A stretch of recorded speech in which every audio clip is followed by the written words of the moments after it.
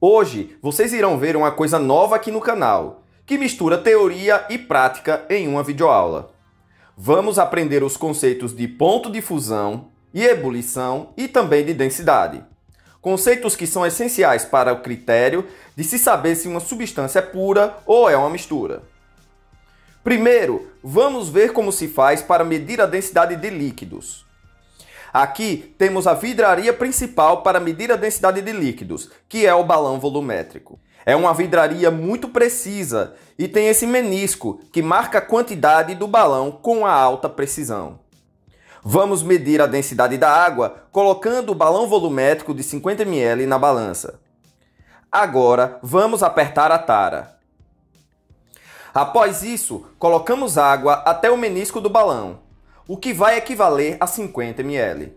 Sempre que vamos medir o volume, temos que acertar o menisco com a curva que a água faz, tocando nele, como é mostrado aí. Com a balança estabilizada, temos 50,077 gramas. Agora, para calcular a densidade, é só dividir a massa obtida na balança pelo volume do balão, que é de 50 ml. Então temos densidade igual a massa sobre volume, que é igual a 50,07 gramas, que é a massa, dividido pelo volume, que era 50 ml no balão volumétrico. Então temos 1,0014 gramas por ml, que equivale à mesma coisa do que 1,0014 gramas por centímetro cúbico. As unidades grama por ml e grama por centímetro cúbico equivalem à mesma unidade, pois 1 ml é igual a 1 centímetro cúbico. Então, como encontramos, a densidade de uma substância aqui no Google? Então é só a gente clicar, por exemplo, densidade da água em grama por centímetro cúbico, e aí a gente vê lá o valor aqui, 1,000 grama por centímetro cúbico. E aí a gente tem aqui a temperatura, cerca de 20 graus Celsius, temperatura ambiente. Agora, a gente vai medir a densidade de uma mistura, que é o óleo de soja. Colocamos o balão volumétrico na balança, apertamos a tara e colocamos o óleo até a marcação do balão volumétrico de 50 ml.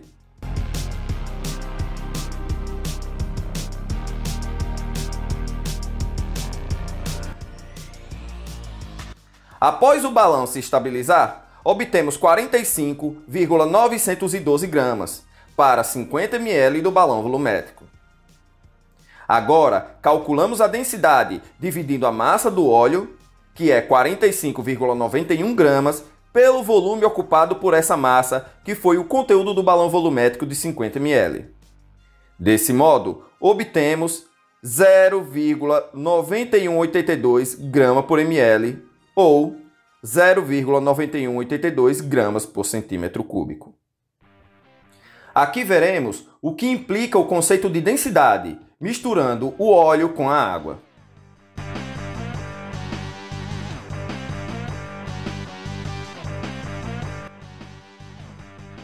Vemos aí que o óleo e a água não se misturam, mas o óleo fica na parte de cima e a água na parte de baixo. Isso acontece porque o óleo tem uma densidade menor que a água. Isso implica dizer que se algo tem densidade maior, ele afunda, e se tiver densidade menor, ele flutua no meio. Agora, vamos ver como determinar a densidade dos sólidos. O valor da densidade aqui não será tão preciso, pois utilizaremos uma proveta para encontrar esse volume. Mas pelos valores de massa dos materiais que vamos utilizar, será uma boa aproximação. Primeiro, pesamos esse pedaço de cobre. Sua massa foi de 8,925 gramas. Agora, colocamos esse mesmo cobre dentro da proveta com 40 ml de água. Vemos aí que o volume da proveta subiu para 41 ml. Isso significa dizer que o volume do pedaço de cobre é de 1 ml, ou 1 centímetro cúbico. Como sua massa foi de 8,92 gramas e seu volume de 1 centímetro cúbico, fazemos a divisão. E aí temos 8,92 dividido por 1. Então sua densidade é de 8,92 gramas por centímetro cúbico. Agora, pesaremos esse pedaço de estanho. Vemos que sua massa foi de 14,600 gramas. Agora, vamos medir o volume desse pedaço de estanho, colocando-o nessa proveta com 40 ml de água. Ao colocá-lo, vemos que o volume subiu para 42 ml, ou seja, o volume desse pedaço de estanho é de 2 ml ou 2 centímetros cúbicos. Então, sua densidade será 14,60 gramas dividido por 2 centímetros cúbicos, o que equivale a 7,30 gramas por centímetro cúbico. Aqui temos o mercúrio, um dos metais mais densos da tabela periódica.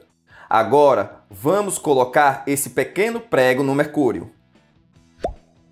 Vemos que o prego flutua no mercúrio, como muitos metais também flutuam no mercúrio. Na internet, não é difícil de encontrar um vídeo com uma bigorna flutuando no mercúrio líquido. Agora, iremos investigar os pontos de fusão e ebulição da água. Primeiro, colocamos o gelo no becker. Depois, colocamos o termômetro. E vemos que, como o gelo começa a derreter, a temperatura está a 0 graus Celsius.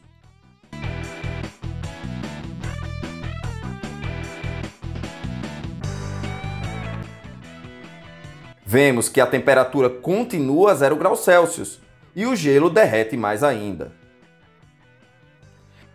Vemos mais uma vez, agora que temos muito gelo derretido e a temperatura permanece em 0 graus Celsius, ficando constante durante todo o derretimento.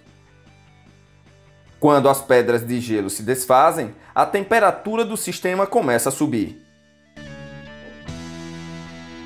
Agora, iremos aquecer a água para chegar ao seu ponto de ebulição.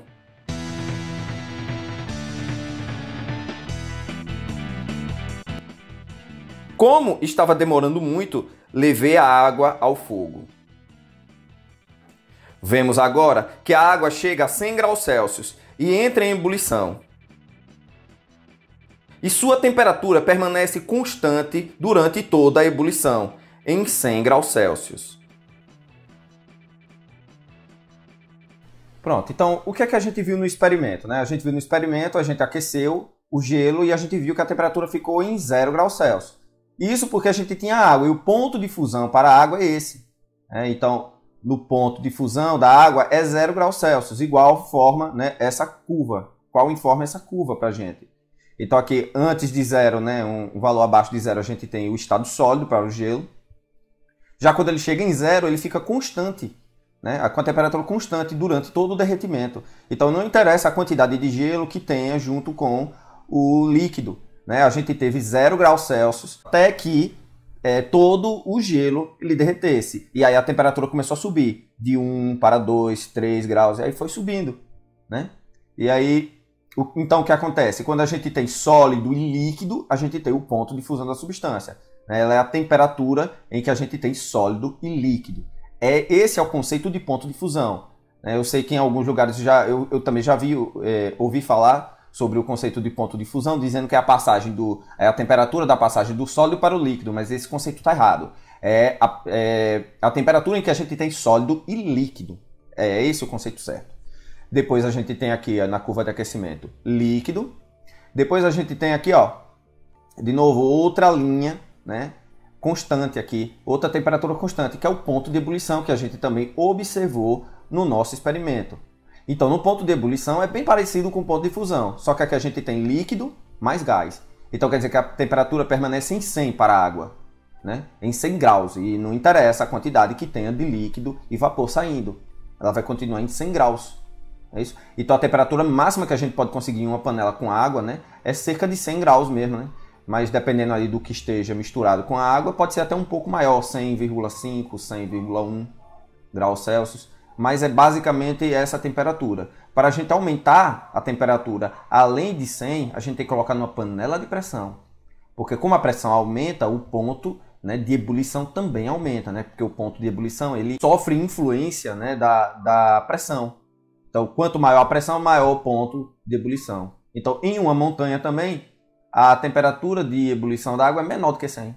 né? Se a gente subir numa montanha. Se a gente não estiver no nível do mar, porque a gente tem o mar, né? Ao nível do mar, a gente tem um ponto de ebulição sendo 100 graus Celsius para a água. Mas se a gente subir numa montanha, é menor do que 100.